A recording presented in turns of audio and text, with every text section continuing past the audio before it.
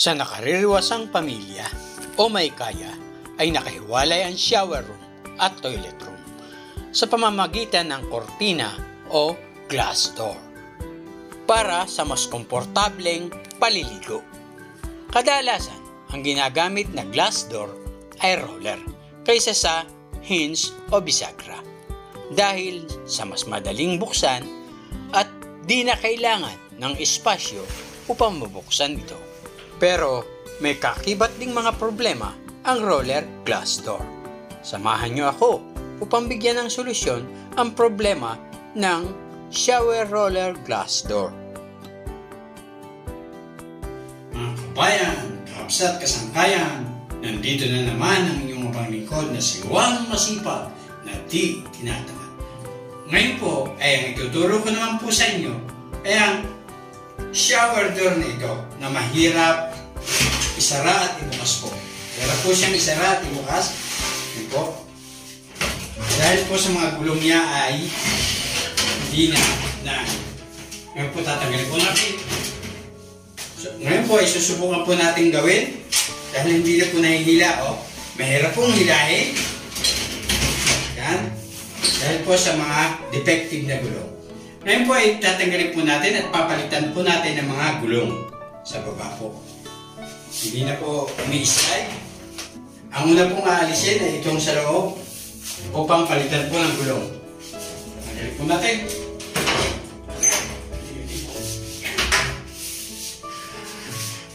At ilalabas po natin dito kasi masikip po rito. Hindi po rito pwedeng palitan. Ilalabas po natin.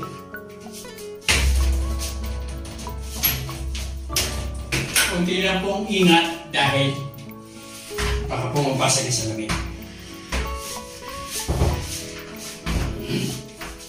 Gusto po natin dito.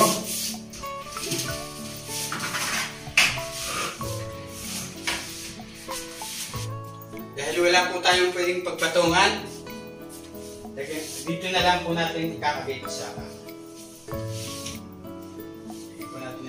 para hindi po madumi. Ito natin. At pasamantala po natin, higa po ito. Ito po, higa. Yan. Higa po natin. Tapos,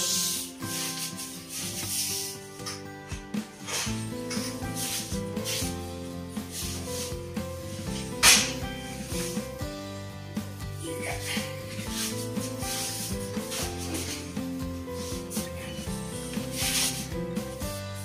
Tatanggalin po natin yung mga gulong na ito.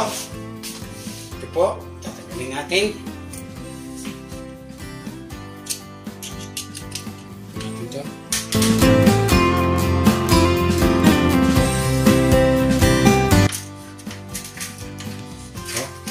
Sira na po. Hindi na po gumugulong. Inalawang na po. Bunga ng mga tubig, sabon. Yan po mga naghihinday na yan.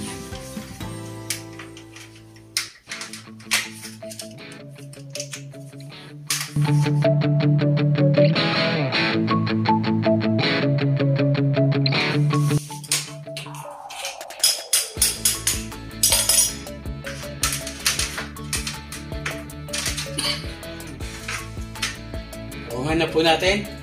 Sa bila naman po.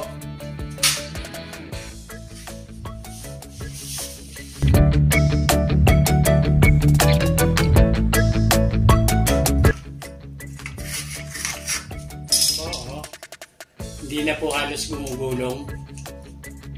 Ngayon po, ipapalitan na po natin ang bago.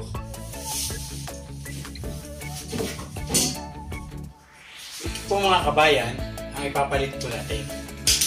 Ito po. Maganda na po. Kung gusto niyo pong umangat, ito, higpitan niyo po ito. Umangat po. Ayan. Kung napapansin niyo po, pag hinihigpitan ko, umangat siya. Pag niluluwagan, bumababa siya. Umangat po siya. Tumataas. Pagka niluluwagan. Hinihigpitan, paglagay po nito, ito po ang nauna. Pag ganyan po paglagay. Ganyan paglagay. Tapos, medyo bubukan nyo ng konti para pumasok. Yan. Ngayon, kung gusto nyo halos pantay, halos po pantay, hihigpitan nyo ang tornilyo. Na tornilyo, pinakita ko kanina. Ito. Hihigpitan nyo para lumabas ang konti. Yan. Kung mapapansin nyo, yan. Ito po, hihigpitan. Ito po, ang tornilyong ito, hihigpitan nyo po para lalabas po ito. Susubukan po natin, tingnan nyo. Halos wala pong tayo nakikita. Yan po. Oo. Ngayon, pipihitin ko po para lumabas. Ito po, lumalabas po. Yun. Pag hinigpitan. Tingnan lang po. Yan. Yan. Ito po ang hinihigpitan po natin. Pag nakaganon po, hihigpitan po natin ito. Yan. Hihigpitan po, lalabas po. Yan. Lalabas po ito. Ito natin sa kabila. Ito po. Yan. Papasok. Ibubuka. Para ipasok. Ibubuka. Pagkatapos, ipupush po. Ipupush yung pupush. Yan. Yan. Masyadong nakalabas. Ang gagawin po natin, papasok po natin ng konti. Sumugya. Yan. Lagyan po natin. Po, pwede na po, gumugulong na po, freewheeling na, okay na po. Ngayon po, pwede na po natin ilagay. Mga kapsat, kasangkayan, nalagay na po natin ang mga bagong gulong. Ngayon po, ay ibabalik na po natin ito. At yung isa naman po, ang ating papalitan ng gulong.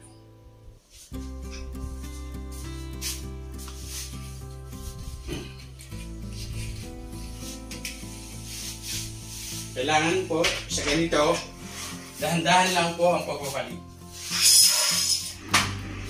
Tingnan niyo po, gumugulong na po siya dahil napalitan na natin ang bagong gulong. Yan po, ilalagay na po natin. Mga kabayan, kung nais niyo pong bumili ng roller glass door, ay mag-order lamang po kayo sa RGE Store. Ilalagay po muna natin dito itong isa, yung natapos natin. Ito. Sasandal po muna natin dito.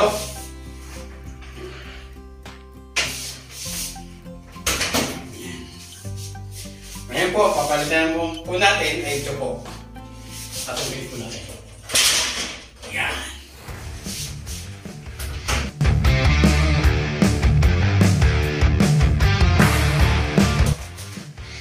Katulad po yung ginawa natin kanina, papatong ulit po natin dito.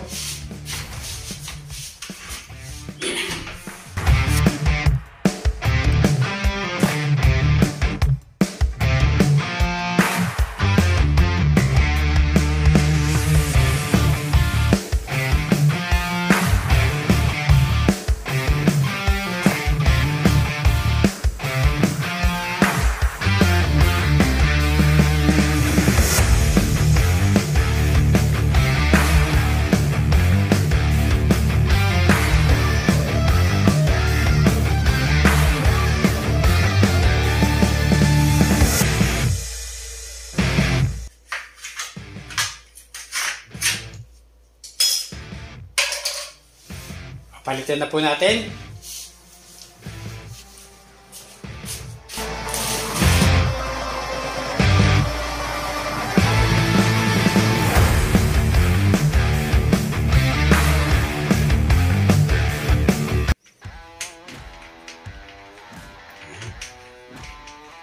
Labas po natin. Ito po.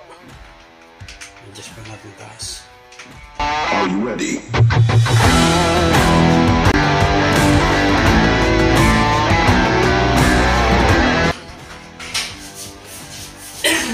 Ito po ang una nating ilalagay.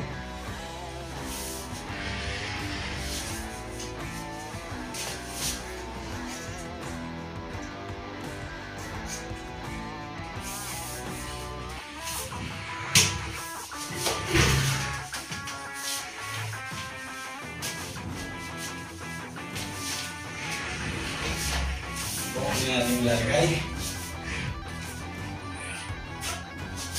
Yan po natin sa taas.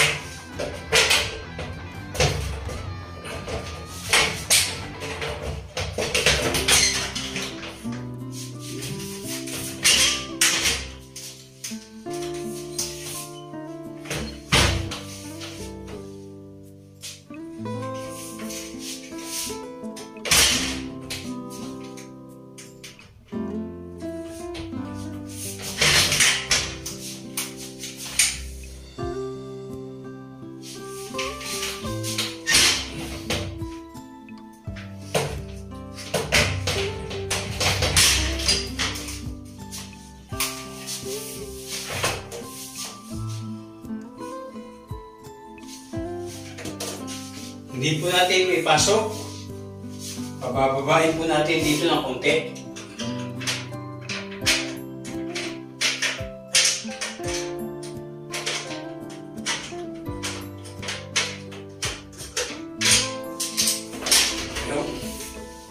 Ibaba po natin ng konti para may pasok po natin.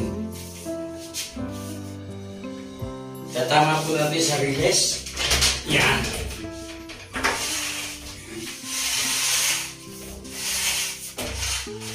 Yan po ay iaangat po natin ng konti. Ito.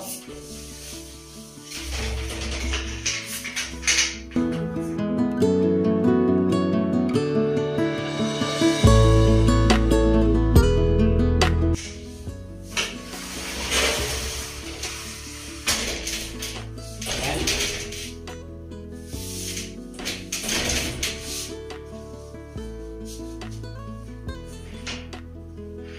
Ano naman po ang ilalagay natin?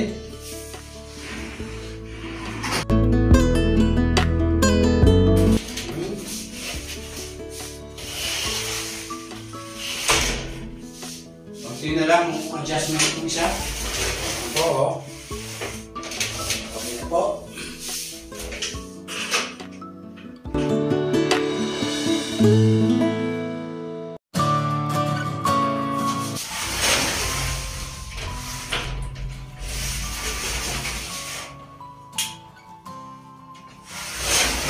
Okay na po mga kabayan. Okay na po. Sana po ay may natutunan na naman po kayo na kahit na kaunting karunungan mula sa inyong abang lingkod na si Juan Masipag. Ngayon po ay hinihiling ko po sa inyo na pindutin ang subscribe button. Pindutin ang notification bell. Mag-like. Mag-comment at i-share upang maging updated po kayo para sa aking mga i-upload pang mga kapaki-pakinabang at kapupulutan ng kaunting kalamang mga video. Maraming salamat po sa inyong panonood. Hanggang sa muli. Bye-bye!